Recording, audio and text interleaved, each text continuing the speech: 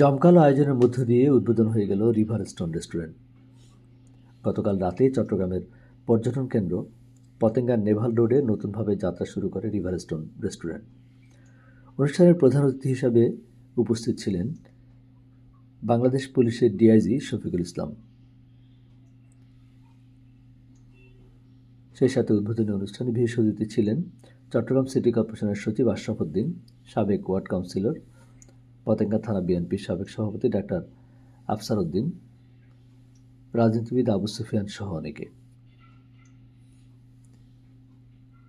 এছাড়া আরও উপস্থিত ছিলেন রিভার স্টোন রেস্টুরেন্টের ব্যবস্থাপনা পরিচালক আক্কাস উদ্দিন, পরিচালক অপারেশন আরিফুল ইসলাম, পরিচালক শফিকুল ইসলাম রাহি সহ অন্যরা।